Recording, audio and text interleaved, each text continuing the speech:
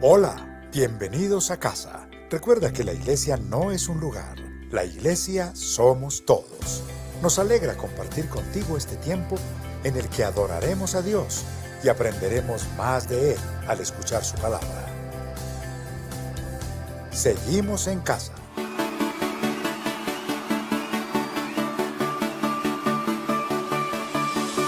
Vuelvo a despertar, a tus ojos mirar, late mi corazón junto a ti. Nada te contendrá, ni el cielo ni el mar, nada podrá frenar tu amor. Tu amor es real, nunca me fallará, no fallará. Y de nuestro control se escapa tu amor, tu gran amor. Tu amor es real, tu amor es real. Tu amor es real, tu amor es real.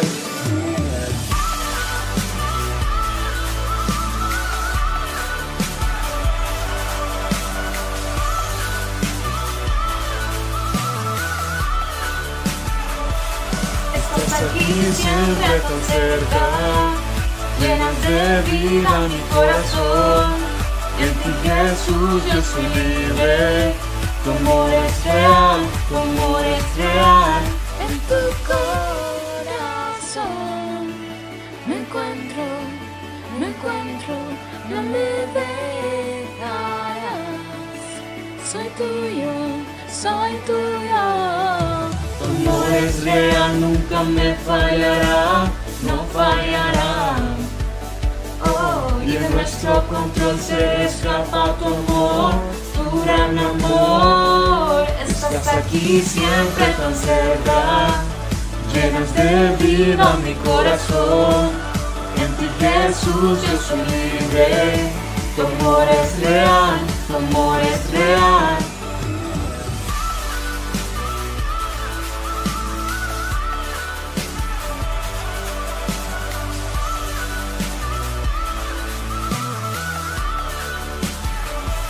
Estás aquí siempre tan cerca, llenas de vida mi corazón.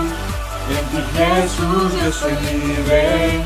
Tu amor es real, tu amor es real.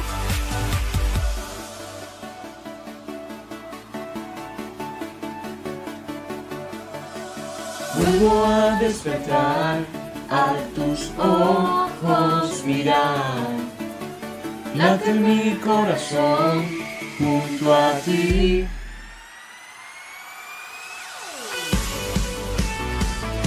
Tu amor es real, tu amor es real.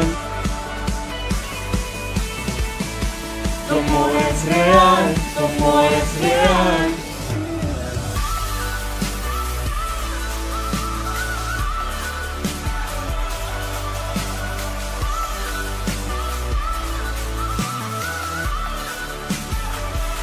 Estás aquí siempre tan cerca, llenas de vida mi corazón. En ti, Jesús, yo soy libre. Tu amor es real, tu amor es real, tu amor es real.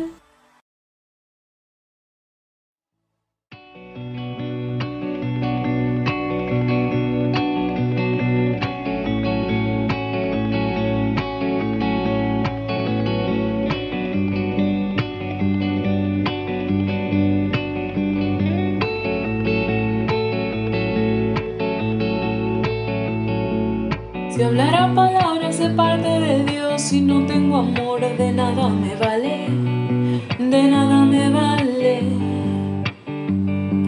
Si sé lo profundo de cada miserio y no tengo amor, de nada me vale, de nada me vale.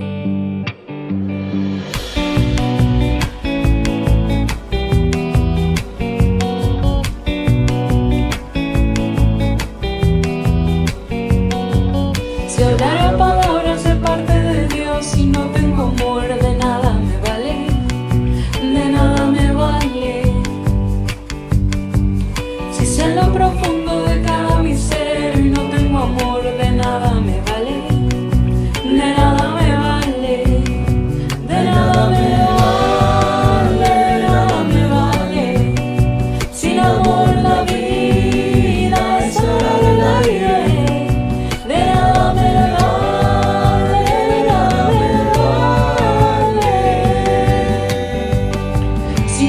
amor las manos no ayudan a nadie.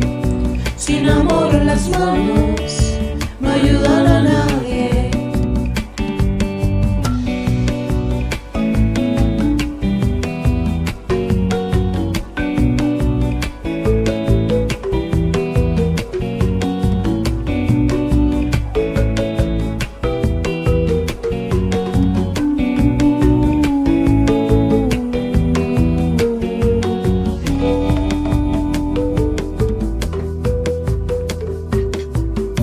Tengo la fe que mueve montañas, si no tengo amor, de nada me vale, de nada me vale. Si doy lo que tengo, incluso mi vida, y no tengo amor, de nada me vale, de nada me vale, de nada me vale, de nada me vale. Sin amor la vida estará en el aire. De nada me vale, de nada me vale. Sin amor las manos no ayudan a nadie. De nada me vale, de nada me vale. Sin amor la vida estará en el aire. De nada me vale, de nada me vale. Sin amor las manos no ayudan a nadie.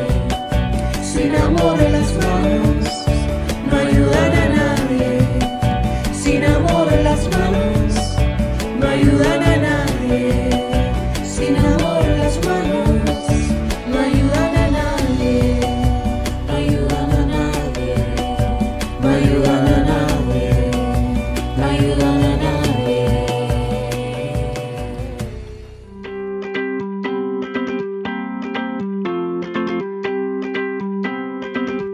Hola, muy buenos días, bienvenidos. Nuestro servicio acostumbrado, domingo, 9 de la mañana, después de la alabanza, entonces venimos con la palabra del Señor. Pidamos entonces al Señor que nos guíe y nos lleve por su senda, por la guía de la palabra.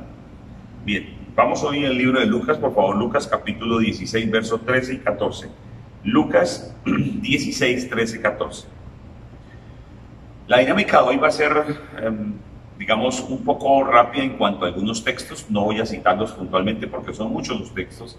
Hoy voy a enseñar sobre todo en doctrina y tengo que fundamentarme mucho en la palabra, así que le pido por favor que me ayude sobre todo en este proceso de comprensión. Los textos van a ser rápidos, puedes investigarlos y puedes profundizar en casa, como era una buena costumbre que tenían los de Berea.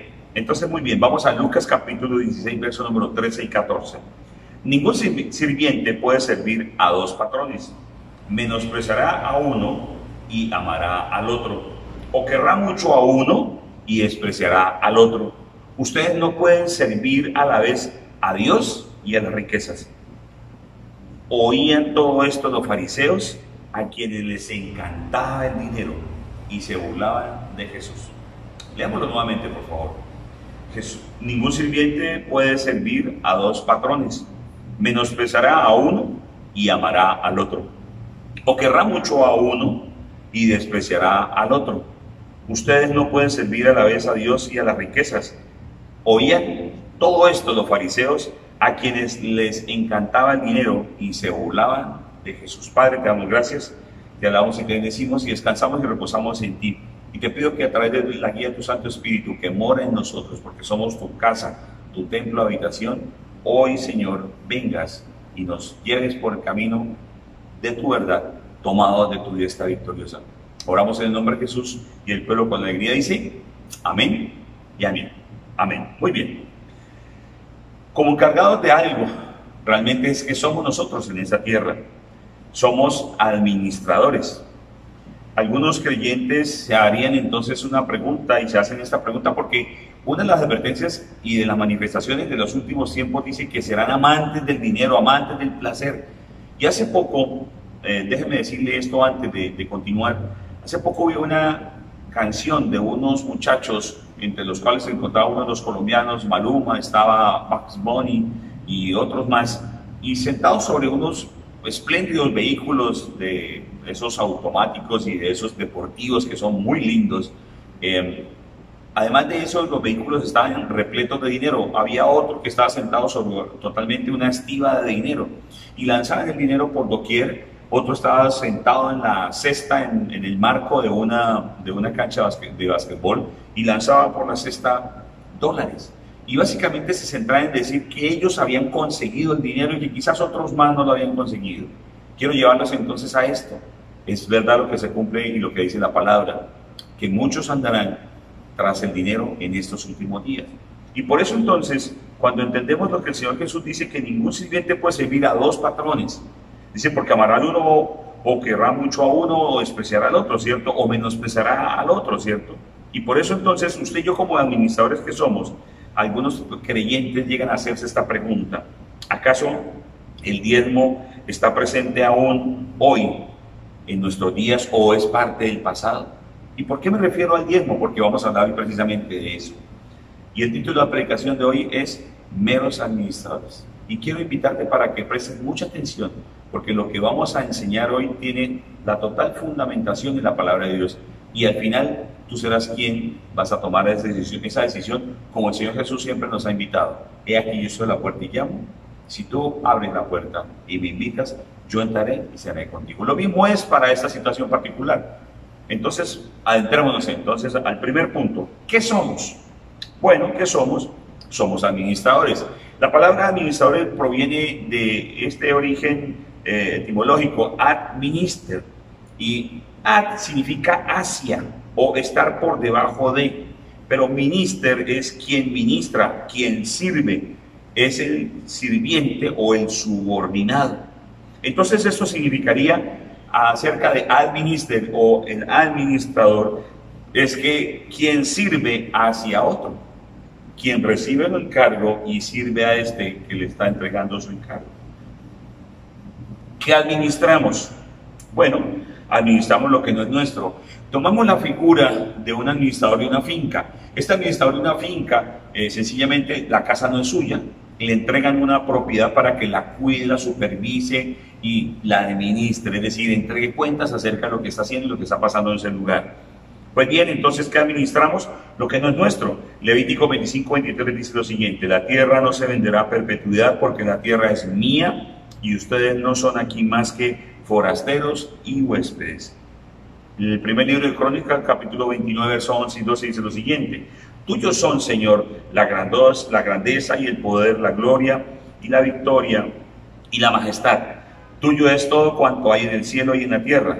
Tuyo también es el reino y tú estás por encima de todo. De ti proceden la riqueza y el honor. Tú lo gobiernas todo. En tus manos están la fuerza y el poder, y eres tú quien engrandece y fortalece a todos. El Salmo capítulo 50, versos 11 y 12 dice lo siguiente: conozco a las aves de las alturas, todas las bestias del campo son mías, y si yo tuviera hambre, no te lo diría, pues mío es el mundo y todo lo que contiene. El libro del profeta Ageo capítulo 2, verso 8 dice lo siguiente: mía es la plata y mío es el oro, afirma el Señor Todopoderoso. Entonces, ¿qué parte le corresponde a quien administra? Porque aquí el dueño de todo es Dios. Pero ¿qué parte entonces le corresponde a aquel que es el administrador? Bueno, pues según el mundo sería un sueldo más los adicionales, es decir, más las prestaciones sociales, más si se trata de una finca, entonces de qué parte de la cosecha la pueda tomar y la pueda consumir con su familia, de que pueda atender con eso las necesidades de los demás empleados o los demás obreros, ¿cierto? Que de pronto del producto de la leche, las vacas, entonces pueda tomar también de ello y pueda también hacer queso, y deberá necesariamente informar de esto a su patrón, a su dueño. Entonces, ¿qué le correspondería en este caso a quien administra, es decir, a nosotros que somos administradores? Pues entonces, según lo que dice el mundo, un sueldo más prestaciones sociales, ¿cierto? Y en algunos casos, como les decía, algunos adicionales. Pero con Dios no es así, porque está ratificando la palabra de Dios que lo que enseña y lo que Él presenta es la verdad, no lo que algunos argumentan y dicen que simplemente lava los cerebros, y no es así. Simplemente lo que hace la palabra del Señor es hablar y dar a conocer la verdad. Miremos aquí nomás, 1 Crónicas 29:14 dice lo siguiente: pero ¿quién soy yo y quién es mi pueblo para que podamos darte estas ofrendas voluntarias? En verdad, tú eres el dueño de todo, y lo que te hemos dado, de ti lo hemos recibido. Aquí David está afirmando que nada le pertenece y que realmente lo que tiene es porque es realmente propiedad de Dios, y que realmente lo que está entregando es aquello que ha recibido, es decir, está devolviendo algo. Bueno, si estamos hablando entonces de que somos meros administradores, aquí lo que está diciendo David es básicamente: tú me permites vivir con lo que tú mismo me entregas y yo solamente estoy devolviéndote algo, Señor. Recuerda que el Señor le decía en unos versos arriba que si Él necesitara algo, sencillamente lo tomaría porque todo le pertenece, ¿cierto? Y David tiene algo particular: él se aseguraba de darle al Señor lo que realmente le costara, no lo que le sobrara. Porque algunas personas, mire, me detuve a hacer el estudio de esto por mucho tiempo, he venido estudiando este mensaje por mucho tiempo, escuché muchas predicaciones de otras vertientes, de otras corrientes, leí en algunos libros, investigué en algunos documentos también, y algunos hablan sencillamente de que el diezmo que dio fulano ese era la parte de arriba, no sé qué es la parte, aquel dio lo que sobraba. ¿Sabes qué? Estoy en este momento comprometido para decirte lo que dice la palabra acerca de lo que es el diezmo y lo que es la ofrenda. Muy bien, entonces recuerde que David se aseguraba de dar lo que realmente le costara, no lo que le sobraba. ¿Acaso entonces le pasó algo así con Abraham? Porque es que algunos dicen que Abraham dio la 10ª del pináculo o de lo que había recogido cuando había ido a la guerra contra Kedorlaomer. Entonces, ¿será que Abraham actuó de una forma distinta como está actuando David? Vamos a mirarlo entonces. Segundo punto, las bases. Las bases para lo que es entender el diezmo y lo que es la ofrenda. Bien, voluntariamente inicia el dar en Génesis capítulo 3, porque se conoce la primera ofrenda entregada por Caín y por Abel. Uno trae lo que da la tierra y el otro finalmente el producto de los animales, pero trae lo mejor de los animales. Algo particular, quizás la persona que siempre se preocupa por arar la tierra, preparar la tierra y luego coloca la semilla. Pero ¿sabes qué? De ahí en adelante la semilla es la que se encarga de tomar las sustancias nutricias del suelo. Luego realmente no está haciendo nada. Que algunos digan, sí, hay que cuidar las plagas, hay que llevar, ok, pero no es lo mismo que tener cuidado de unos animales en donde está pendiente continuamente de ellos y en donde los lleva de un lugar a otro para que estén apacentados y en buenos bebederos. Eso es muy diferente. Entonces aquí hay una ofrenda que el Señor aprueba y otra que el Señor reprueba, porque realmente no existía una instrucción para dar, pero estos hombres deciden dar, y uno da lo mejor y el otro da sencillamente lo que la tierra entrega. En Génesis 8, Noé es el hombre que el Señor ve y dice: voy a salvar a este hombre con su esposa y sus hijos y las esposas de aquellos, y entonces con eso voy a dar comienzo nuevamente a la tierra, pero va a enviar el diluvio. Y entonces cuando sale Noé con su familia del diluvio, hace una ofrenda, entrega una ofrenda al salir del diluvio. Y si bien es cierto, Noé es salvado junto con toda su familia y presenta esta primera ofrenda, la Biblia no habla, no enseña o no dice o no expone básicamente que Noé haya entregado otras ofrendas. Pero déjame decirte algo: ¿será que entonces una persona como el caso de Caín, Abel, como el caso de Noé en este momento particular, dan una ofrenda y no volverán a dar más? En el capítulo número 12 corresponde entonces ya a Abraham. Abraham era un hombre que vivía en una sociedad poligámica. Se habla de su papá como aquel hombre que hacía figuras y vendía figuras de diferentes dioses. Entonces Abraham es llamado por el Señor y le dice: vete a la tierra que te mostraré y haré de ti una gran nación. Te llevaré a una tierra donde fluye la leche y la miel. Entonces este hombre, que era politeísta, sale para seguir a un solo Dios y al único y verdadero Dios. Entonces aquí en el capítulo 12 de Abraham, el Señor lo llama para hacer una nación. En el verso número 13, entonces Abraham da una ofrenda voluntaria. Entonces vuelven otra vez personas y argumentan, dicen: es que era voluntario. Pues déjame decirte que si te sacan de un lugar y te llevan a un lugar que es extraordinario y te lo ofrecen totalmente nuevo, en donde están diciendo que tú eres el que va a gobernar allí, pues tú sencillamente das con gratitud. como pasó entonces en el jardín del Edén, cuando son puestos en un lugar, Adán y Eva, luego salen y allí tienen a sus hijos, y luego entonces viene Noé, entonces dan ofrenda voluntaria, sí, ok, pero si acaso sería una sola vez. Ok. Hay algo particular de Abraham, se conoce que el Señor lo llama para que le ofrezca a su hijo en sacrificio, pero este hombre ya tenía por costumbre hacerlo, porque él le dice, en el monte proveerá el Señor. En aquel lugar es donde el Señor provee. Luego, si Abraham tenía esa certeza, necesariamente podemos inferir, usted y yo, al leer la palabra de Dios, que Abraham no había sido el que había entregado una sola ofrenda, sino varias ofrendas al Señor. Muy bien. Entonces, hasta acá, las ofrendas surgen por iniciativa propia. ¿Motivados por qué? Pues por amor a Dios y por la gratitud a Dios por lo que les entregaba. Ahora hago una pregunta. ¿Tú lo has hecho alguna vez? Si acaso agradeces al Señor una vez por lo que recibes o continúas haciéndolo en repetidas ocasiones, voluntariamente. Recuerda, meros administradores. ¿Cada cuánto entonces le estás ofreciendo o le has ofrecido al Señor por las veces en que has recibido algo?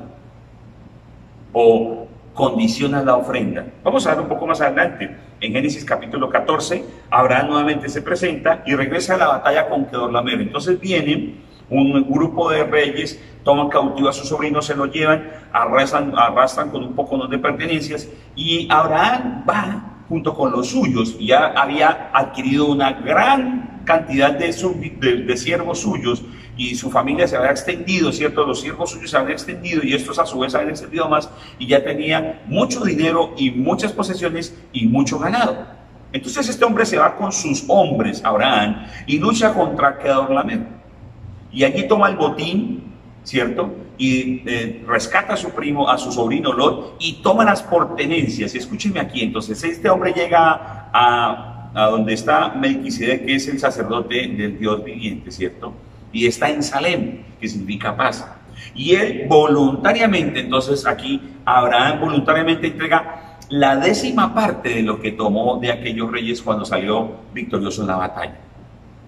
Me llama la atención que en algunas predicaciones y algunas enseñanzas, algunos escritos hablan acerca de que Abraham dio solamente la 10ª parte del pináculo, es decir, de la parte alta. Pero quiero hacerte una pregunta. Cuando las personas hacen un montón, lo que está encima no es lo más esplendoroso, no es lo mejor y no es lo que llama más la atención. Bueno, pues entonces de eso, y aquí quiero llamar tu atención, de eso fue que Abraham voluntariamente entrega el 10%. Algunas personas dicen que lo dio por una sola vez. Bueno, ok, vamos a entender esto. Abraham ya era el señor de una nación, ya era patriarca. Entonces, aquel que es dueño de una región, aquel que es dueño de un país, debe pagar tributo por sí mismo o para sí mismo. ¿Qué harían entonces los sirvientes de Abraham? ¿Sería que a él no le daban aquella porción? Dejemos esas preguntas allí, ¿cierto? Muy bien. En Génesis 28 encontramos a Jacob, descendiente directo de Abraham. Este muchacho viene como hijo de Isaac, ¿cierto? Pero Jacob tenía una maña bastante complicada, bastante parecida a las personas de hoy en día, a muchas personas de hoy en día. Le gustaba hacer negocios y era algo tramposo. Entonces ahora Jacob en Génesis 28 hace unos votos y dice: si tú vas conmigo, si tú me das tal cosa, si tú me entregas tal cosa, entonces yo te daré el 10% de lo que me des, de todo lo que me des. Fíjate que aquí Jacob ya está haciendo una amplitud, porque volvamos a la referencia a Abraham. Abraham, según eso, entonces dio solamente una 10ª parte del pináculo, o sea, lo que sobresalía, de lo más esplendoroso, ¿cierto? ¿Ok? Entonces aquí Jacob dice: de todo lo que tú me entregues, entonces de todo lo que reciba te daré el 10%, dice Jacob, y hace este voto. Como muchas personas hacen votos y dicen entonces, y usted tiene frente a usted a una persona que durante mucho tiempo hizo muchas promesas al Señor y muchas no las pagó. Pero cuando se encargaba de dar dinero, entonces yo hacía mis promesas y las cumplía porque había que buscar el retorno. Entonces, ¿sabes qué? Encontramos ejemplos como el de Pablo Escobar o de algunos otros narcotraficantes o algunos otros malhechores que podemos encontrar a lo largo de la historia, que ofrecían regalos o daban donaciones a la iglesia para el perdón de sus pecados y para amainar la penitencia que tenían en el purgatorio por sus fechorías. Parecido a Jacob, ¿cierto? Con algún interés. Y déjame decirte que algunas personas hoy en día, conozco a algunas personas que diezman por negocio, porque dicen es que diezmar es muy buen negocio. Muy bien. Nace entonces la ofrenda obligatoria en Génesis 41. Aquí surgen los primeros impuestos que buscaban básicamente garantizar el tiempo de la escasez. Cuando José le dice entonces al rey, al faraón, vendrán 7 años de abundancia y 7 de escasez. Entonces lo que vamos a hacer es lo siguiente: durante los 7 años se recogerá y todo el mundo va a dar un 20%, una quinta parte de lo que recogen. Entonces recogen un 10 y una quinta parte será para el faraón como un impuesto. Entonces surgen los impuestos. En Génesis 47 se define entonces qué hacer con el restante, es decir, con las 4 partes restantes. Quinta parte para el faraón. Las 4 partes restantes tenían la siguiente distribución, según lo dice el libro de Génesis 47. Entonces debía emplearse para semilla para sembrar, alimento para los de tu casa, para cuidar las necesidades y también para los hijos pequeños. Algo que me recuerda que dice que aquel que no provee para su casa es peor que un incrédulo. Pero fíjate que los cuatro elementos esenciales de aquello que se quedaba la persona luego de haber entregado el 20% era para sembrar, semilla para sembrar, alimento para los de tu casa, cuidar de las necesidades y para los niños más pequeños. Entonces con esto se estaba solventando el gobierno y con eso también se estaba solventando el pueblo egipcio. Surge la ofrenda que es obligatoria de parte del pueblo israelita por parte de Moisés, y en Levítico 27 el Señor instituye el diezmo, ¿cierto? Y lo instituye con destino a los levitas. Estos son los que van a recolectar, los que van a recibir el 10% de las demás tribus, porque esta tribu sencillamente estaba dedicada exclusivamente al servicio en el templo y al servicio del Señor. Entonces el impuesto de todas las demás tribus era para proveer las necesidades, el 10% de las necesidades de los levitas, y provenía de la tierra, las semillas o los frutos. Escuchen bien aquí: de la tierra, las semillas o los frutos. Alguien dijo, dentro de todas aquellas cosas que escuché, de todas aquellas cosas que leí, entonces dice, pues si su campo de aceitunas o su campo de trigo hace 100 toneladas, pues entonces recoja 10 toneladas y entrégaselas allá a su pastor y tíreselas allá en el altar. En principio es bastante grosero, ¿cierto?, su expresión. Pero entonces pensemos lo siguiente: el Señor dice, hay alimento en mi casa, y viene entonces se hacía el trillado, se hacía la trilla de estos alimentos, y pues sí, había alimento en la casa. Pero como tal, entonces el Señor permite que se haga una restitución de ese valor, y lo vemos aquí más adelante con todo esto.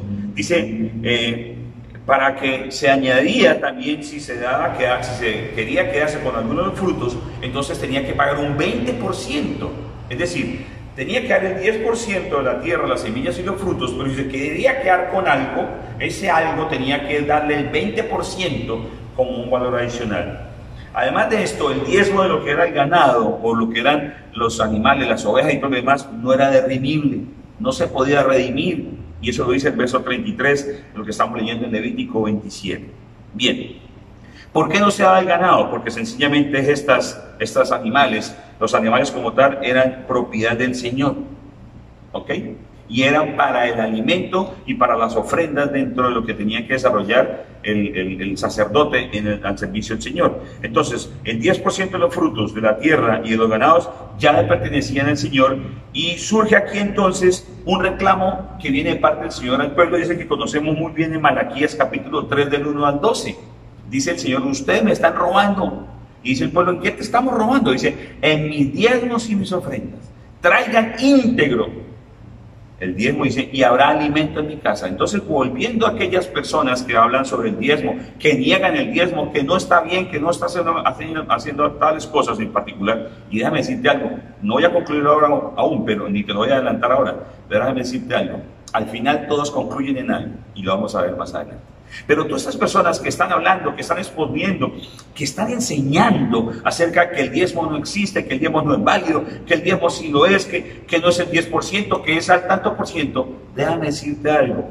Todos ellos en este evento afirman y concluyen que Malaquías lo que está diciendo acá el Señor es que la gente estaba incumpliendo con llevar el 10% de los frutos de la tierra, de las semillas y del ganado. Y en eso concluyen todos. Yo no puedo decir que estoy en desacuerdo con ello, sino sencillamente lo que digo es que el Señor está advirtiendo de que hay algo que el pueblo no está entregando y que le están robando al Señor. Entonces, si le pertenecía al Señor, pues el Señor lo está reclamando. Bien. Entre otras cosas, dice el Señor también en Malaquías, ustedes están dando lo que no sirve, dan el animal que está enfermo, el animal que está cojo, el animal que está malo. Entonces, como quien dice, le cambian lo bueno al Señor para entregárselo a Él y le dan lo maluco, lo feo. Perdóname. Deuteronomio capítulo 12, versos 6 a 17, aquí se demanda otro 10%. Entonces, hasta este momento llevamos el 10% de las frutas, de la tierra, de los ganados, y surge también que se podía redimir cuando se quería quedar con alguna parte de los frutos, ¿cierto? Pero en Deuteronomio 12 se habla de ese 10% que debía ser llevado a Jerusalén y que lo que se estaba haciendo era para estimular la unidad de la familia, de los amigos, de los siervos y de los sacerdotes. Es decir, este 10% se llevaba y se debía llevar para que se hicieran como una especie de ¿cómo llamarlo? Un compartir, ¿cierto? Y buscaba entonces esa unidad y esa devoción de comer de manera o de forma colectiva. En el capítulo 14, verso 28 del libro de Deuteronomio, dice que al final de los 3 años se debe dar también el 10% para los pobres, las viudas y los extranjeros. Entonces, si empezamos a mirar hasta este momento, el diezmo de los levitas, el diezmo de los festivales y el diezmo de los pobres, en realidad no es un 10%, mi querido, en realidad es un 23%. Entonces, ya empieza uno a conocer que aquellos que dicen que el diezmo no existe es porque están llevando a las personas a que no sea el 10, sino que sea el 23. Bueno, terminemos y nos daremos cuenta que es lo que quiere el Señor realmente de ti y de mí para que seamos buenos administradores. Muy bien. Entonces, este 23% cubría el programa de bienestar social, ¿cierto? Llamémoslo de esa manera, el programa sacerdotal, llamémoslo de esta manera, y el programa de las fiestas nacionales o como tal el hecho de que todos estén compartiendo y que haya un momento de devoción y de compartir de manera colectiva, ¿cierto? Esto eran impuestos, no ofrendas. Escucha bien, esto era impuesto, no ofrendas. En Levítico capítulo 19, el plan también existe, o viene también aparte de la afectación de lo que estamos hablando anteriormente, de esos impuestos del 10% para estas 3 eventos, ¿cierto? Y en estas 3 oportunidades, también se habla de compartir las utilidades. Dice que no se recogía lo que se caía y que lo que estaba en las esquinas no debía tampoco cegarse, porque eso era para los pobres. Y además de eso, cada 7 años se dejaba reposar la tierra y dejar de lado las deudas. Entonces, si usted y yo hacemos cuentas, y se hacen cuentas, y aquellas personas, simplemente respeto su opinión, pero estoy leyendo lo que dice la palabra. Nosotros somos una iglesia integral y realizamos un estudio sistemático en la palabra. Entonces, la suma de su palabra es la verdad. Estamos haciendo un estudio de lo que el Señor enseña en la palabra. ¿Ok? Entonces, ¿qué pasa con esto, mi querido? Si sumamos todos estos eventos, además del 23% que llevamos, y el plan de compartir las utilidades y dejar descansar al 7º año en la tierra, pues entonces realmente no sería el 23 ni sería el 10, sería el 25%, sin incluir las primicias y las ofrendas. Que si usted mira hoy en día, los impuestos que se pagan a los estados o a los gobiernos están por el orden del 25, el 22, el 20 algo por ciento, ¿cierto? Bueno, nuestro país, en Colombia, está por el orden del 33%, 34% y para algunos al 35%. Las primicias, entonces, lo que habla la palabra es que la gente iba a dar los primeros frutos, es decir, lo que estaba en la parte alta, esos frutos que se daban y que se veían, se recogían y se entregaban en el templo. Y entonces Dios prometía una cosecha completa y rebosante. ¿Por qué? Porque lo que sucede es que el Señor está diciendo, me estás dando aún sin llegar a conocer lo que va a ser la cosecha en totalidad. Entonces, como me estás dando, ¿y esto qué sería? Fe, ¿cierto? Entonces, si me estás dando sin conocer, pues entonces yo te voy a multiplicar o te voy a dar en abundancia por simplemente depositar la confianza en mí. Y eso, si quiere, búsquelo por favor en Proverbios capítulo 3, versos 9 y 10. Entonces, ¿qué le está dando al Señor? Ahora, no estoy llevándote a que des el 25, no. No te estoy llevando a que des entonces el 15, el 20 o el 10 o el 9 o el 1.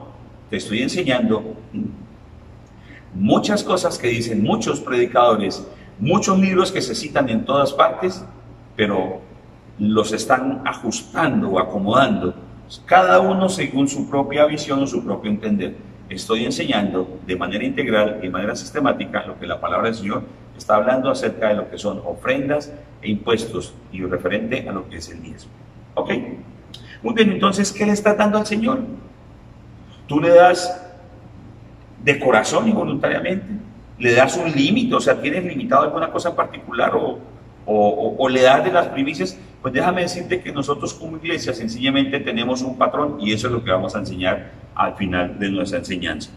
El problema acá entonces no está en la institución, mi querido, sino el problema está en que la persona tiene que confrontarse y tiene que enfrentarse a Dios y a su palabra. Y por eso te digo, tú no tienes que venir a luchar contra mí, ni venir a discutir, ni venir a decir que es que nuestra iglesia habla o dice otra cosa, o que aquella iglesia enseña tal o cual otra cosa.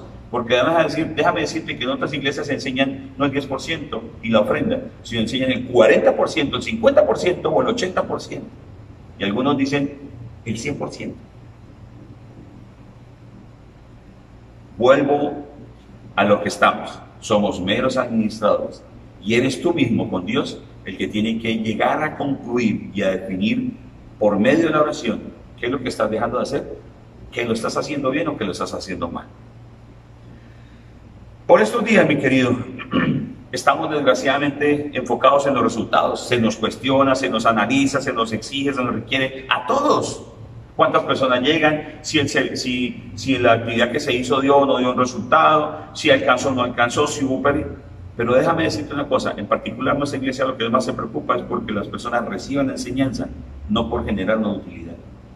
Porque algunas otras iglesias dicen, no fue muy bien en el evento y tuvimos utilidades. Respetamos sus decisiones.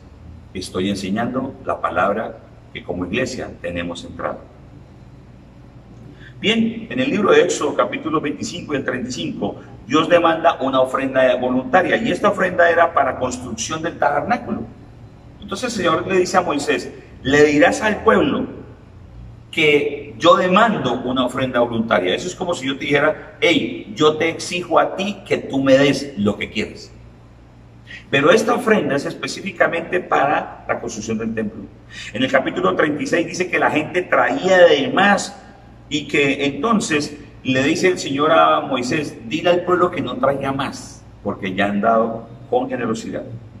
Le pregunto entonces, ¿alguna vez tú has dado de más que ya te hayan dicho no traigas más? ¿Cuándo será eso entonces? ¿Acaso no son los testigos mismos de lo que hacemos y de lo que haces los que pueden superar las propias expectativas? Bueno, entonces como iglesia conoces que aquí en lo particular entregamos y enseñamos para dar y damos sin ningún problema. Atendemos a los venezolanos, a los que no son venezolanos, atendemos a los de la casa, a nuestra iglesia, y atendemos a los que no son de nuestra iglesia. No miramos distingo ni de edad, ni de si cuánto diezma o el monto de lo que entregan o su profesión o arte u oficio. En resumen, mi querido, lo que se observa y lo que prevalece hoy son realmente las mismas necesidades que en esencia dieron lugar a lo que el Señor generó como impuestos para el pueblo. Y esto era básicamente la manutención, era y es básicamente la manutención de quienes trabajan en el templo, solventar las necesidades de mantenimiento y acciones y atenciones mismas del templo como tal, ¿cierto? Las actividades, las festividades y todo lo demás, y ayudar a las viudas, a los huérfanos, a los pobres y al extranjero. Acabo de mencionar que como iglesia eso hacemos, ¿cierto? Déjame decirte algo. En nuestra iglesia, cuando realizamos una actividad especial, lo que buscamos cubrir es el costo de, y ese costo de es lo que va a recibir la persona. Así es de que básicamente la persona lo que está haciendo es generando un proceso de compra para sí mismo. Porque, bueno, repito, no buscamos generar utilidades. Creemos que con el diezmo y la ofrenda en particular, la iglesia debe subsistir. Muy bien. Lo paradójico de todo esto, mi querido, es que todas las personas y sus argumentos y sus diferentes posiciones y sus diferentes defensas y argumentaciones y críticas y dicen, no hay que decir hay que dar, no hay que decir debe dar. Y cada uno establece, y muchos dicen ciertas frases para recriminar a otros, ¿cierto?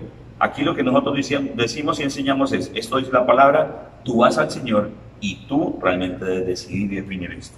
Porque realmente lo paradójico y lo interesante es que muchos buscan negar el diezmo, pero terminan denunciando y exigiendo otras cosas. Es decir, no el 10, sino el 15, ni el 15, el 22, el 25, el 30, el 40, el 80% o en algunos casos hasta el 80%. Pero los conducen de esta manera. Ustedes deben dar libremente. Bueno, eso es otro asunto, ¿cierto? Tercero, miremos el ejemplo de los apóstoles, porque los apóstoles estuvieron con Jesús.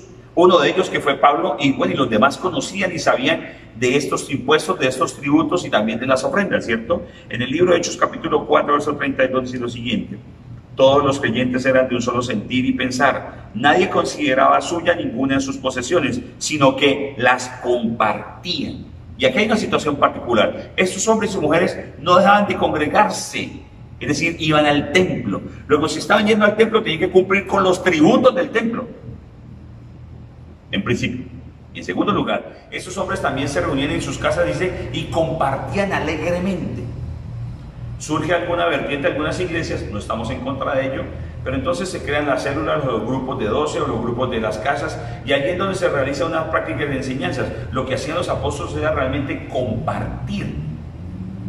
Y en un momento determinado los apóstoles entregaban una que otra enseñanza, pero ellos realmente enseñaban en las iglesias, en las sinagogas. En el segundo libro de Corintios, en la segunda carta a los Corintios, capítulo 9, verso número 5, segunda carta a Corintios, capítulo 9, versos 5 y 7. Así que me pareció necesario rogar a estos hermanos que se adelantaran a visitarlos y completaran los preparativos para esa generosa colecta que ustedes habían prometido. Entonces estará lista como una ofrenda generosa y no como una tacañería. Escuche bien aquí, como una ofrenda generosa y no como una tacañería. Recuerden esto: el que siembra escasamente cosechará, y el que siembra en abundancia cosechará. Cada uno debe dar según lo que haya decidido en su corazón, no de mala gana ni por obligación, porque Dios ama al que da con alegría. ¿Y qué encontramos aquí? Cuando está hablando de que es una ofrenda generosa, está hablando de una bendición. Cuando está hablando de aquella parte que dice que el que siembra en abundancia cosechará, está hablando de una siembra en bendición y está hablando de una bendición de cosecha. Entonces, si siembra en bendición cosechará. ¿Qué está hablando Pablo aquí entonces, mi querido? Básicamente está hablando que si se va a dar una ofrenda, debe ser generosa, no tacaña. En el libro de Gálatas capítulo 6, verso 8 dice lo siguiente: el que siembra para agradar a su naturaleza pecaminosa, de esa misma naturaleza cosechará destrucción.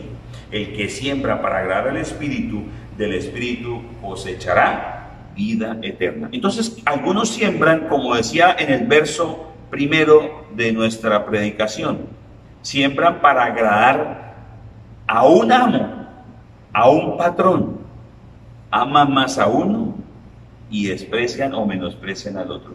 Pues algunos entonces están sembrando en la carne y están sembrando en avaricia, en tacañería, ¿cierto?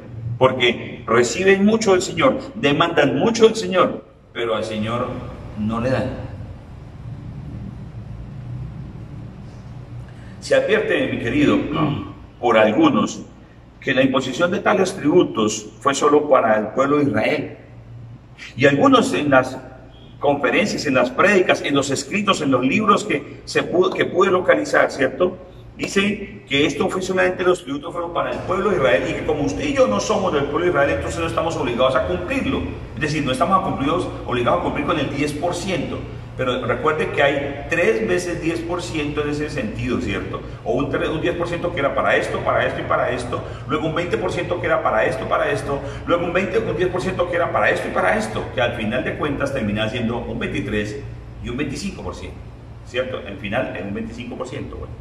Pero déjame decirte entonces esto, si no estás obligado porque no eres del pueblo de Israel, porque entonces no se llama que es israelita, entonces ¿por qué razón si son parte del pueblo de Dios para recibir los beneficios de la obra de Cristo Jesús en la cruz?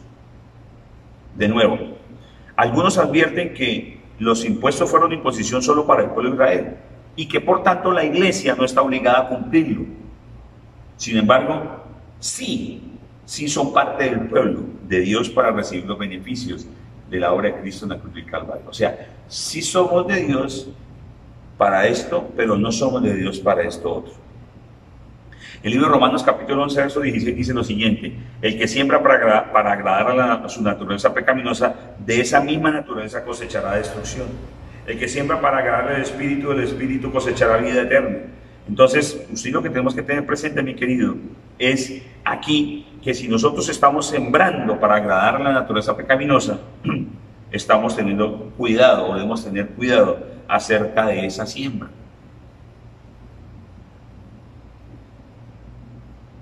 Para dar no son judíos algunos, pero para recibir sí son ramas injertadas. En Romanos habla de las ramas injertadas, ¿cierto? Si tú vas al libro de Romanos, vas a darte cuenta que ellos fueron, de algunas ramas de ese olivo fueron desgajadas y otras son injertadas. Entonces, para dar no son judíos, pero cuando son injertadas, entonces para recibir las promesas sí lo son. Entonces, ¿qué está cosechando para la carne, mi querido? Entonces, ¿eres o no un injerto espiritual? Si eres injerto espiritual, tienes las mismas obligaciones y las mismas responsabilidades. ¿Ok? Continuemos. Lo que usted y yo recibimos es por fe. Y somos usted y yo descendientes de Abraham y somos entonces receptores de la promesa. Mire lo que dice Gálatas capítulo 3, versos números 6 y 8. Dice, así fue con Abraham, le creyó a Dios y esto se le tomó en cuenta como justicia. Por lo tanto, sepan que los descendientes de Abraham son aquellos que viven por la fe. Verso 29 dice lo siguiente, y si ustedes pertenecen a Cristo, son la descendencia de Abraham y herederos según la promesa. Entonces algunos dirían, pero es que Abraham dio el 10% de lo que ganó en la batalla, y como ahora no hay batallas, pues entonces no tengo nada.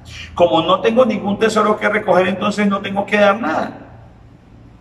Pero recuerde que Abraham da esa 10ª parte porque recibe una promesa de ser una nación y de ser el patriarca de un nuevo pueblo. Recuerda que Abraham voluntariamente entonces entrega el 10% de aquello que es lo que está encima, de lo que se coloca encima, de lo que se ve que es más vistoso y lo más glamuroso, lo más costoso. ¿Ok?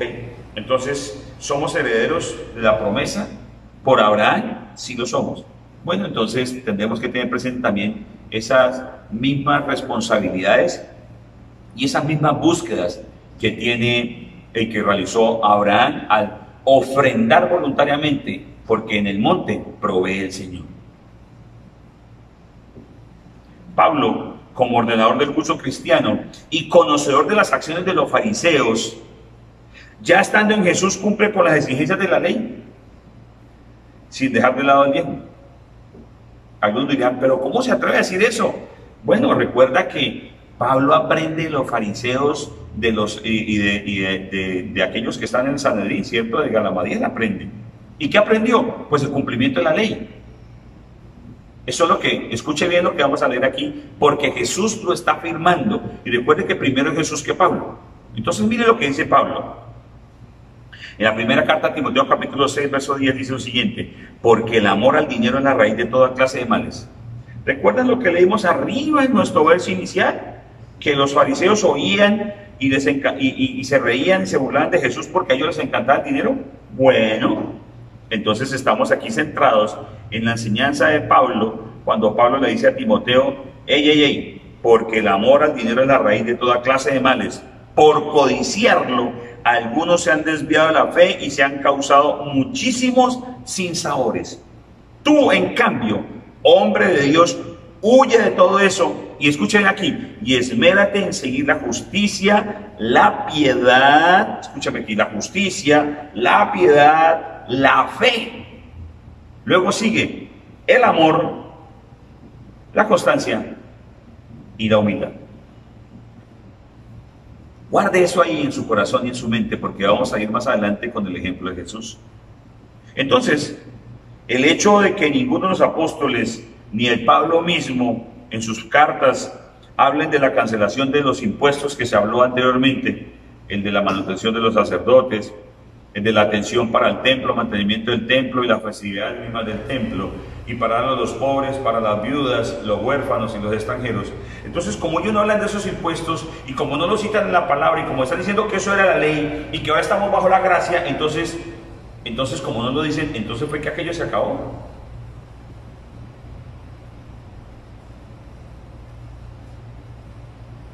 Debemos no cumplir con todo ello. Bueno, entonces veamos la enseñanza de Jesús. Punto número 4, el ejemplo de Jesús. Y quiero que me escuche bien, porque Jesús es el que aterriza la ley y el que enseña el verdadero sentido de la ley. Lucas capítulo 12, 21 al 23. Así le sucede al que acumula muchas riquezas para sí mismo. En vez de ser rico delante de Dios, no se preocupen. Luego le dijo Jesús a sus discípulos, por eso les digo, no se preocupen por su vida, qué comerán, ni por su cuerpo, con qué se vestirán. La vida tiene más valor que la comida y el cuerpo más que la ropa. ¿Cómo arranca Jesús hablando aquí? Así le sucede al que acumula riquezas para sí mismo en vez de ser rico delante de Dios. Entonces dice, no se preocupen. Aquí viene ese título. En el siguiente verso arranca de qué no preocuparse. Luego dijo Jesús a sus discípulos, por eso les digo, ¿qué les dice el Señor? Que no acumulen riquezas para sí mismos. Por eso los apóstoles entonces vendían todas las posesiones y se dedicaran a vivir en comunidad. Por esa razón entonces los apóstoles compartían sin problema. Pero aquel que guardó parte del precio, como fue Ananías y Zafira, quedaron muertos por mentirle al Espíritu Santo. Entonces algunos dan con tacañería, algunos no dan generosamente. Entonces algunos dirán aquí en ese momento, o sea que usted está afirmando que lo que dicen aquellos de dar el 80%, el 100% es lo correcto.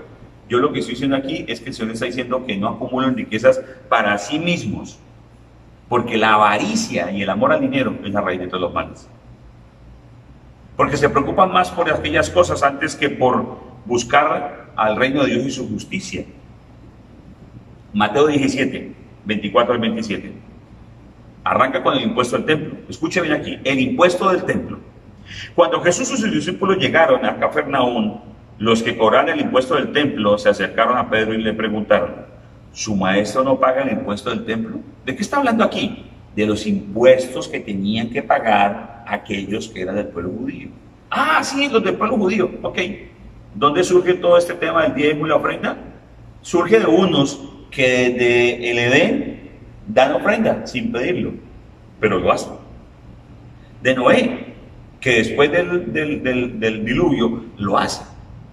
De Abraham, que cuando es llamado a ser una gran nación, da y continúa ofrendando, ofreciendo holocaustos, pero además de eso también da el 10% cuando gana una batalla. Pero se hace patriarca de una nación, se hace el príncipe, el gobernante de su propia nación. Entonces, conmigo aquí, ¿su maestro no paga el impuesto del templo? Sí, lo paga, respondió Pedro.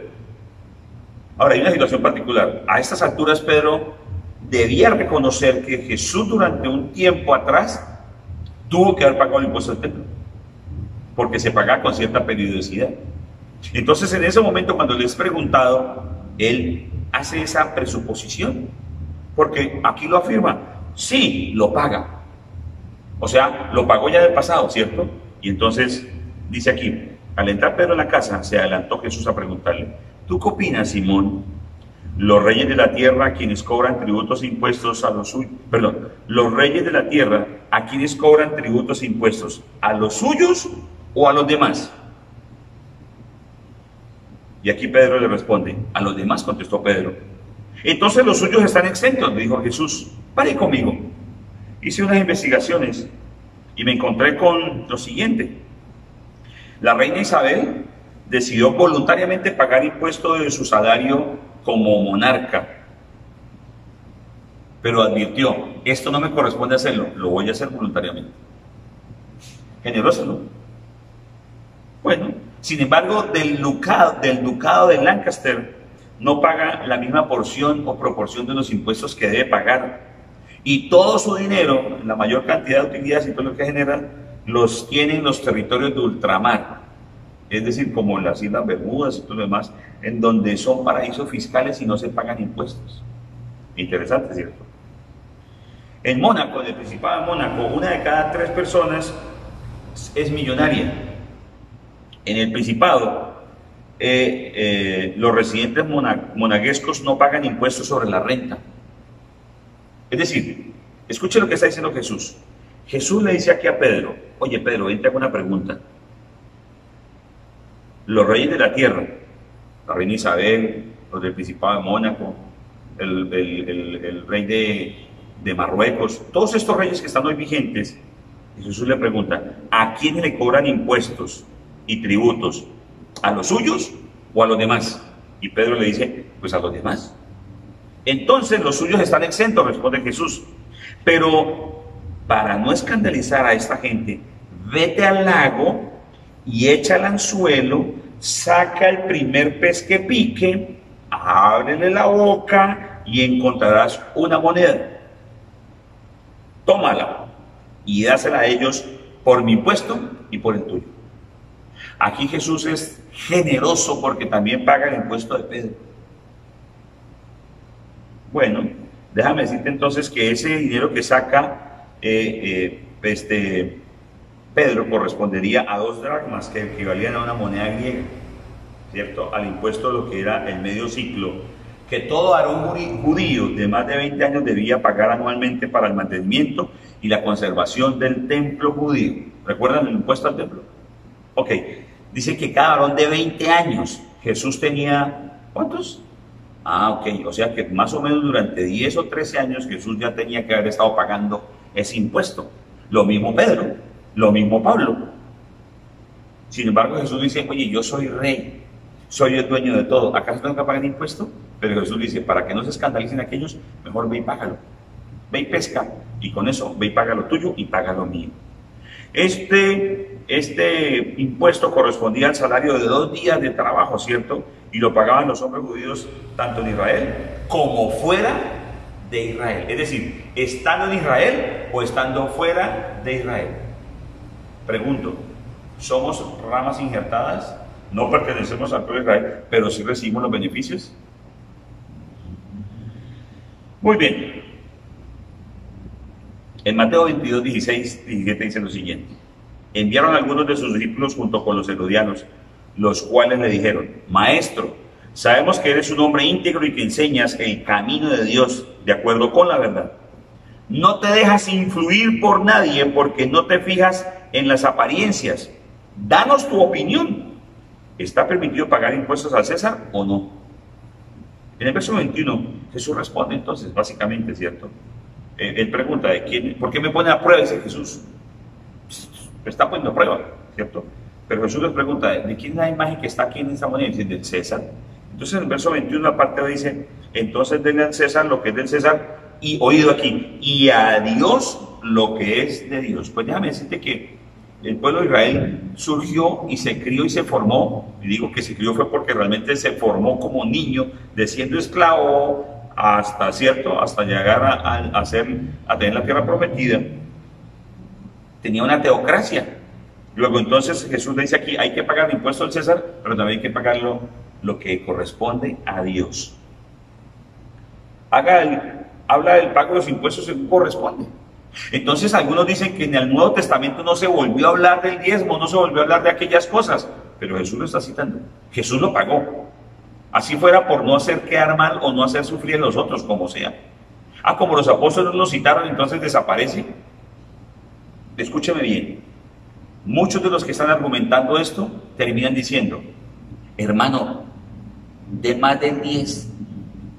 Y lo curioso y lo particular es que muchas personas siempre tratan de criticar, pero nunca lo niegan y tampoco terminan dando menos del 10, aunque algunos dan menos del 10 en lo particular, tristemente. Escúcheme bien lo que viene aquí con Mateo 23, que Jesús ratifica lo que es el diezmo. Jesús lo está mencionando y lo cita para aprobación. Escuche bien aquí, Mateo 23. Hay de ustedes, maestros de la ley y fariseos hipócritas, dan la 10ª parte de sus especias, la menta, el anís y el comino. Está hablando de la 10ª parte, ¿cierto? De la menta, el anís y el comino. Pero han descuidado los asuntos más importantes de la ley, tales como la justicia, la misericordia y la fidelidad. ¿Recuerdan las 6 cositas que hablamos allá de Pablo con Timoteo? Pablo menciona la justicia, piedad, misericordia y la fe, la fidelidad, ¿cierto? Ok, debían haber practicado esto sin descuidar aquello. Es decir, usted debe practicar la fidelidad, la justicia y la misericordia sin descuidar el diezmo. Ah, pero es que le está hablando a los fariseos. Ok, Jesús le está enseñando a los apóstoles lo que deben hacer. Entonces, ¿el Señor valida o no valida? Bueno, Jesús entonces enseña a ocuparse de los asuntos de la ley. Y los asuntos de la ley con los diezmos correspondía al pago de los impuestos del templo, igualmente atender los asuntos relacionados con la misericordia, como atender al extranjero que había sido atacado en el caso del buen samaritano. Se sabe y se conoce que los fariseos no lo quisieron recoger cuando era una responsabilidad porque recibían el impuesto. Para eso era el impuesto. Ok, entonces tampoco lo hacían, y por eso Jesús los llama y les interpela y les hace mención acerca de no solamente la misericordia, sino también en cuanto a la justicia, porque debían ocuparse de las viudas y de los pobres. Y ese evento particular lo citan los apóstoles cuando dicen: nuestras viudas y nuestros huérfanos están desamparados, están descuidados, y los apóstoles contestan: nosotros no podemos sentarnos a servir, nosotros toca enseñar la palabra. Entonces busquen entre ustedes a unos hombres que sean de testimonio para que ellos se encarguen de eso, y nombran a algunos, a 7 en particular.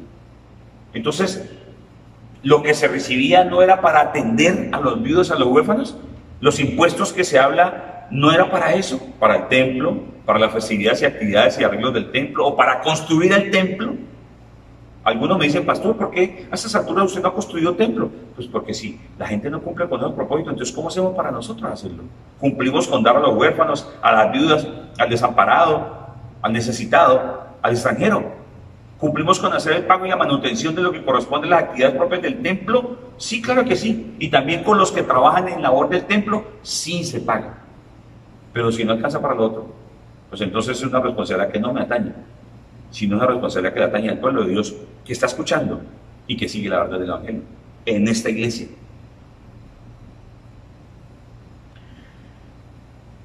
En cuanto a la fidelidad a Dios, ser fiel a Dios en todo, porque los sacerdotes y los fariseos no eran fieles a Dios, eran fieles a su necesidad, al billete que buscaban. Recuerda que Jesús les decía las cosas y ellos se burlaban porque les gustaba el dinero.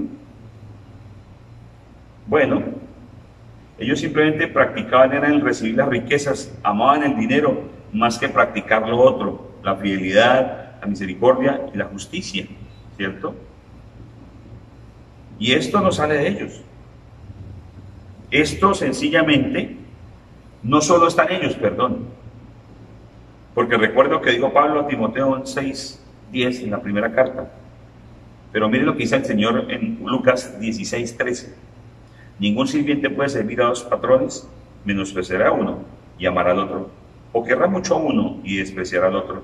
Ustedes no pueden servir a la vez a Dios y las riquezas. Oían todo esto los fariseos, a quienes les encantaba el dinero y se burlaban de Jesús. Entonces, mi querido, el llamado del Señor es atender los asuntos del templo, no solamente en cuanto al mantenimiento, ni a las festividades o a las actividades que se hagan, a las celebraciones, sino en no buscar riqueza. Y sí, tristemente hay muchos pastores, no es el caso nuestro, que buscan continuamente enriquecerse. Y sí, podemos decirlo con libertad, porque lo que nosotros tenemos junto con mi esposa lo declaramos anualmente y lo hemos conseguido a través del ahorro, a través de hacer préstamos, de pagar algunos préstamos y de ir escalando poco y lentamente nuestros procesos financieros, porque antes de llegar al cristianismo y antes de llegar a ser pastor, tenía algunas propiedades, pero me fueron arrebatadas. Entonces empezamos de cero. El llamado al Señor entonces es atender los asuntos del templo. Como les decía, no solamente las festividades y celebraciones, porque con eso ellos se enriquecían. Recuerdan que Jesús llega y empieza a agarrar a azotes a todos los que estaban vendiendo en el templo, porque volvieron el templo una cueva de ladrones. Ellos buscan solamente enriquecerse.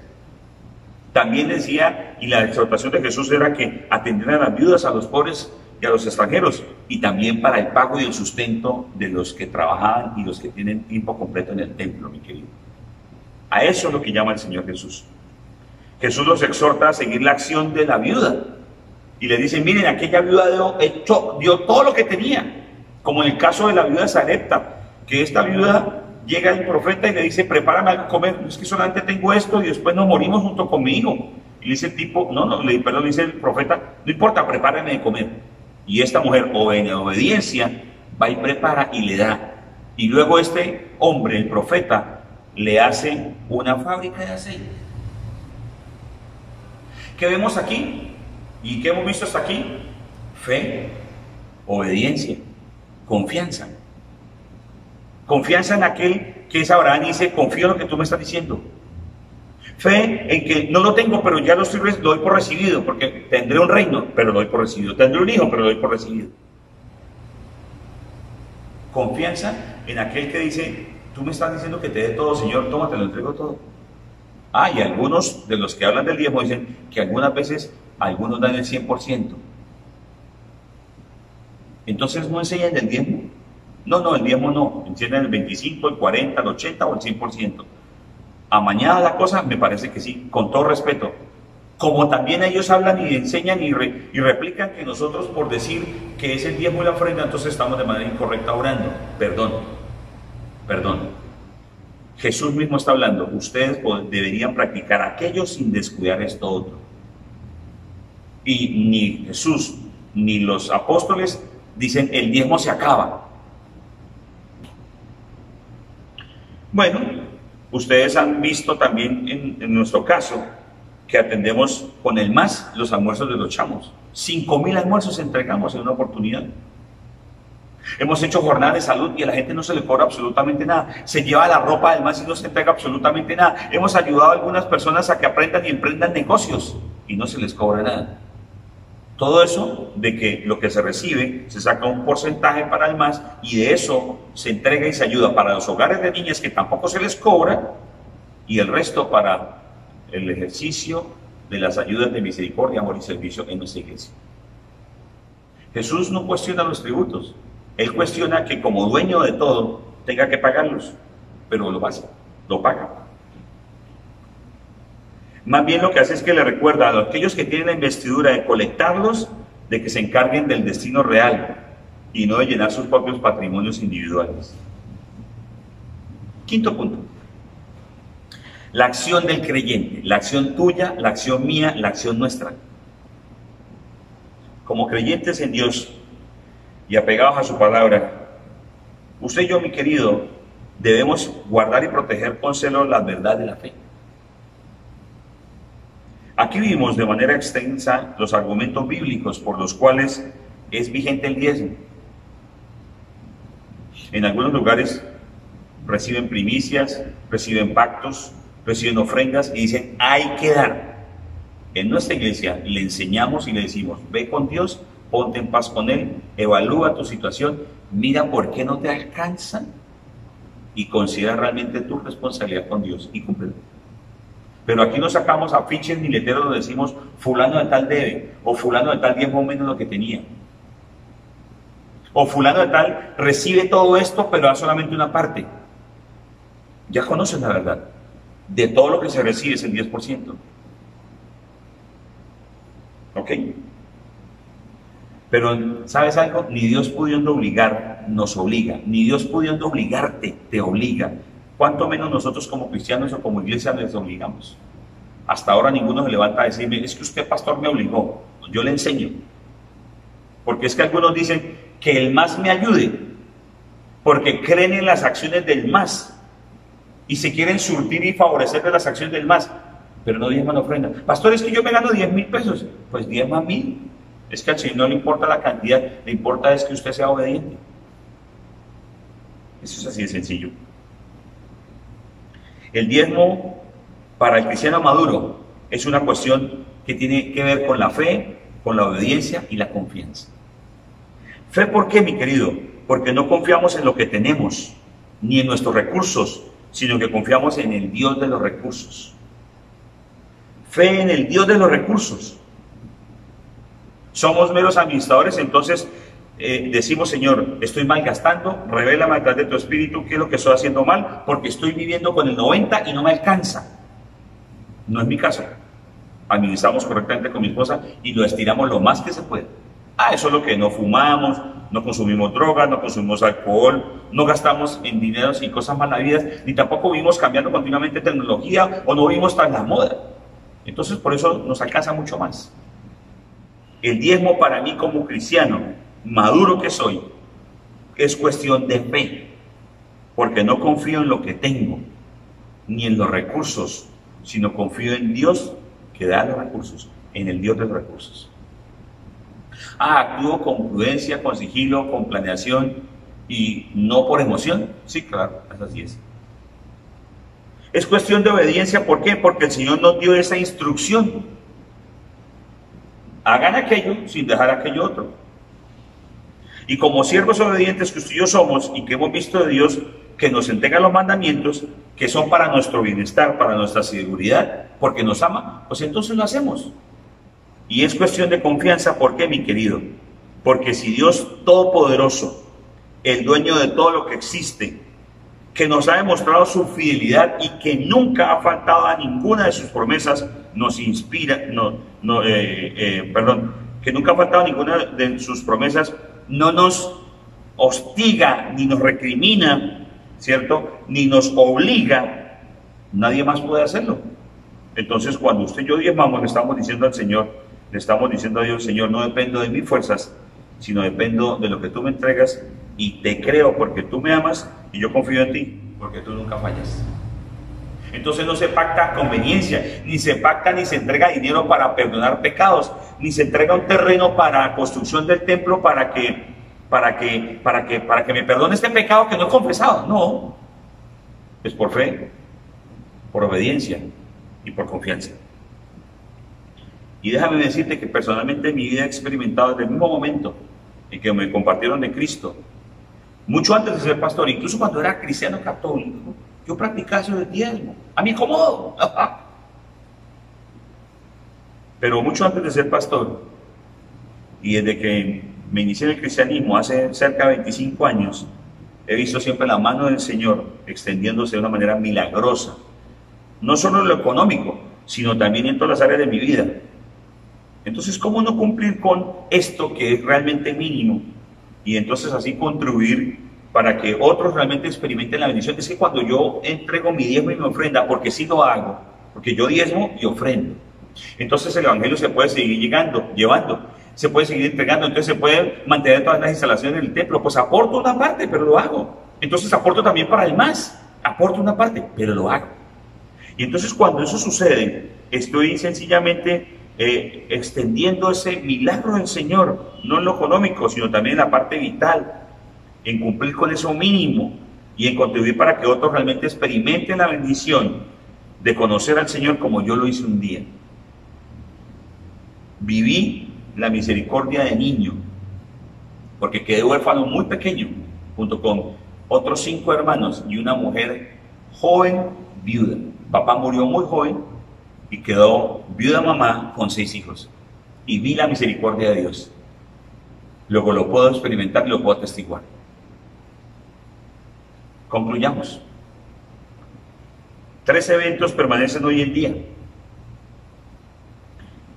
Quienes se dedican a servir de lleno al servicio en el templo, la necesidad de construir o de comprar un terreno, de comprar y desarrollar un terreno, de hacer mantenimiento a los cableados, a los micrófonos, a las cámaras, en fin, lo que sea necesario. Las propias actividades del templo, como por ejemplo darle el regalito para los cumpleaños, atender la cena, pagar el aire acondicionado, estas cositas, eso permanece todavía, ¿cierto? Atender las necesidades de las viudas, de los huérfanos, de los pobres, de los extranjeros, eso permanece todavía. Estas tres cosas permanecen hoy todavía. Entonces, ¿cómo no suplirlos? ¿De dónde entonces tomamos los recursos? ¿Del narcotráfico? ¿La iglesia se debe poner a vender para poder obtener recursos?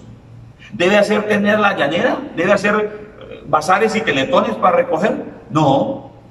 Del diezmo y la ofrenda debe surgir absolutamente todo. Eso lo enseña el pastor Darío. ¿Qué concluiremos entonces, mi querido?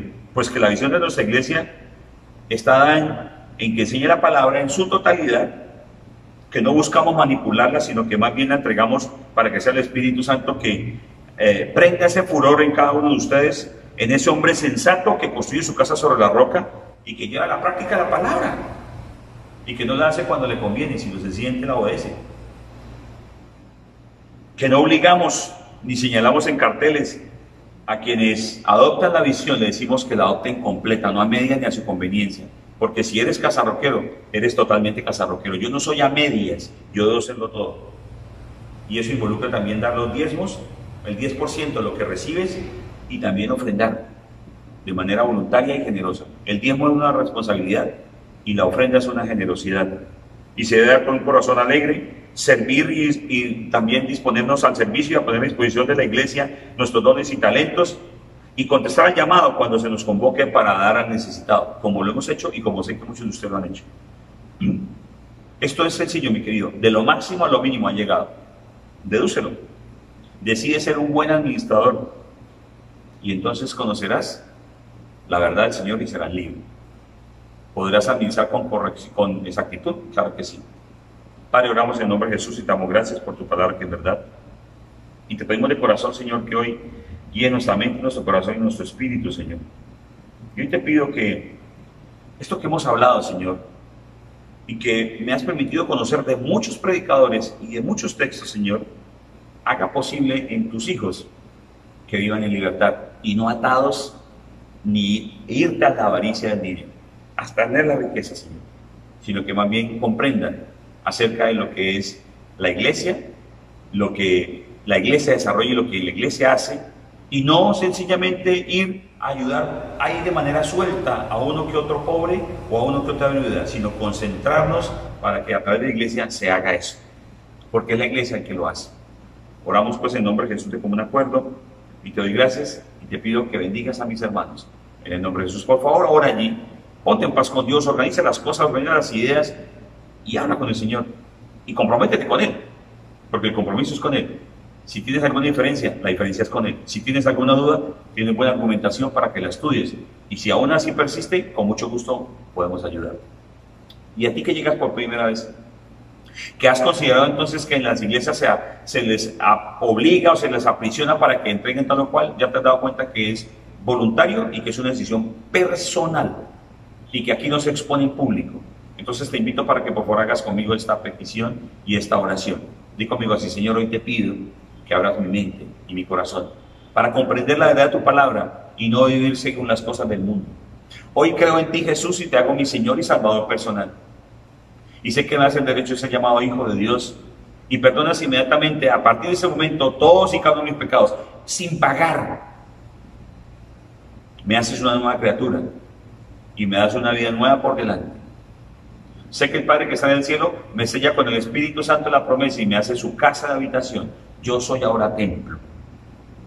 Creo en ti, Jesús, como mi Señor y Salvador, que proviene del Padre y que el Espíritu Santo es verdadero Dios. Lo creo en mi corazón y lo confieso con mi boca. Amén. Bienvenidos a casa. Muy bien. Vamos a tomar la cena del Señor, por favor. Yo recibí del Señor lo mismo que les transmití a ustedes, que el Señor Jesús, la noche que fue traicionado, tomó pan y después de dar gracias lo partió y dijo: este pan es mi cuerpo que por ustedes entrego, hagan eso en memoria de mí. De la misma manera, después de cenar, tomó la copa y dijo: esta copa es el nuevo pacto en mi sangre, hagan eso cada vez que vean de ella en memoria de mí. Porque cada vez que comen de este pan y vean de esta copa, proclaman la muerte del Señor hasta que Él venga. Señor, gracias por tu palabra que es verdad y que nos permites hoy, Dios del cielo, tomar este vino y este pan como símbolo de tu obra en la cruz. y como aquel que nos permite recibir de ti sanidad, vida y fortaleza, Señor. Hoy te pido que fortalezcas a aquellos que han perdido seres queridos, que bendigas sus vidas, Señor, que les abras camino, Señor, y que aquellos que ya están en tu seno, Señor, disfrutando, sean ese motivo esperanzador para aquellos que dejaron aquí enseñados acerca de tu palabra, que caminen ese camino de verdad, como ellos lo hicieron, y que les ha permitido estar delante tuyo. Oramos hoy, Señor, por aquellos que están con quebranto de salud, para que los bendigas y los sanes, Señor, porque tu sangre derramada, sangre de un nuevo pacto, nos permite reconocer que tú hiciste por nosotros y para nosotros.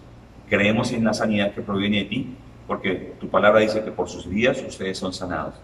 Y aquel que está débil, Señor, aquel que ha perdido o que tiene falencias en su propia vida, Señor, dale vida, Señor. Oramos pues entonces por sanidad, vida y fortaleza, en el nombre de Jesús. Amén. Pueden tomar la cena. Muy bien, oremos por diezmos y ofrendas y demás peticiones. Padre, oramos por los diezmos y las ofrendas. Te pido que bendigas nuestra vida. Gracias por la oportunidad que nos das de darte de lo que tú nos das. Oramos en el nombre de Jesús de común acuerdo. Te alabamos y te bendecimos y descansamos y reposamos en ti. Gracias, Señor, por aquel que da con un corazón alegre y por aquel que atiende tu palabra. Ayúdanos a ser buenos administradores para poder cumplir con el propósito de la encomienda que nos entregas, no solo a nivel personal, sino también aquí en la iglesia. En el nombre de Jesús oramos de común acuerdo, Señor. Permite que como iglesia podamos administrar correctamente lo que recibimos. En el nombre de Jesús oramos, Señor. Amén y amén. Bien, oramos por aniversarios, cumpleaños y por proyectos. Padre, oramos por aquellas parejas que están de aniversario. Oramos por aquellos que han celebrado, Señor, ese tiempo aniversario como pareja, como esposos. Señor, bendice sus vidas. Y gracias porque son ejemplo y serán ejemplo para generaciones y generaciones futuras. Bendice su caminar y que sea siempre caminar en ti. En el nombre de Jesús oramos, Señor. Amén y amén. Oramos por los cumpleañeros, aquellos que han cumplido años, los chiquitines y los mayores. Bendíceles, Señor. Guía sus pasos, Señor. Que siempre su corazón esté alegre, porque te tienen a ti, Señor, y saben que tú eres no solamente un Dios verdadero, sino un Padre bueno. Bendice el día de su cumpleaños y gracias por el día en el cual nos permitiste conocerlos. En el nombre de Jesús. Amén. Bendice a los que salen de la ciudad y a los que entran, Señor. Bendice a los que están presentando un proyecto y bendice a aquellos que presentan sus hojas de vida, sus currículums, Señor, para poder adquirir un trabajo o allegarse a un trabajo y calificar y ser entonces contratados. Bendícelos, Señor. Aquellos que están en estado de suspensión laboral, permite que haya una nueva activación y reactivación a nivel laboral para que vuelvan, Señor, a sus quehaceres, a sus actividades diarias. Aquellos que están recibiendo, a pesar de estar suspendidos, sus salarios, Señor, que sean agradecidos, Señor, y no solamente descansen y tomen ese tiempo para compartir en familia, sino que más bien vean la generosidad y tu bondad, Señor, y entonces sean aquellos siervos que oran por otros e interceden, Señor, y son ejemplo para los demás, de seguirte y de confiar en ti. Oramos en el nombre de Jesús de común acuerdo. Amén y amén. Iglesia, muchas gracias, que el Señor los bendiga. Estamos próximos a la celebración de la Semana Mayor, de la Semana Santa. Tendremos predicación el día miércoles en la noche, el jueves y el viernes, y los horarios de los domingos igual 9 de la mañana. Miércoles 7 de la noche, jueves será tipo, vamos a hacerlo igual para 7 de la noche, tanto jueves como viernes, para que no tengamos mayor dificultad, y tanto miércoles, jueves y viernes sea siempre el horario de las 7 de la noche. Iglesia, muchas gracias, que el Señor los bendiga. Celebramos el Día del Hombre, bendecimos a los hombres. Gracias por esos hombres que se empoderan y toman el liderazgo en la casa, y aquellos que que pongan pilas. Padre, bendice a los hombres, Señor, y gracias por la oportunidad que me das de hablarles a ellos y de que tú seas nuestro Padre bueno. Oramos en el nombre de Jesús de común acuerdo, Señor. Te alabamos y te bendecimos. Invitados a Roca Kids, por favor, no se lo pierdan. Y el martes en las 6 de la mañana tenemos nuestro tiempo de oración hablando con papá. Dios los bendiga. Nos vemos. Chao. Hasta pronto. Gracias.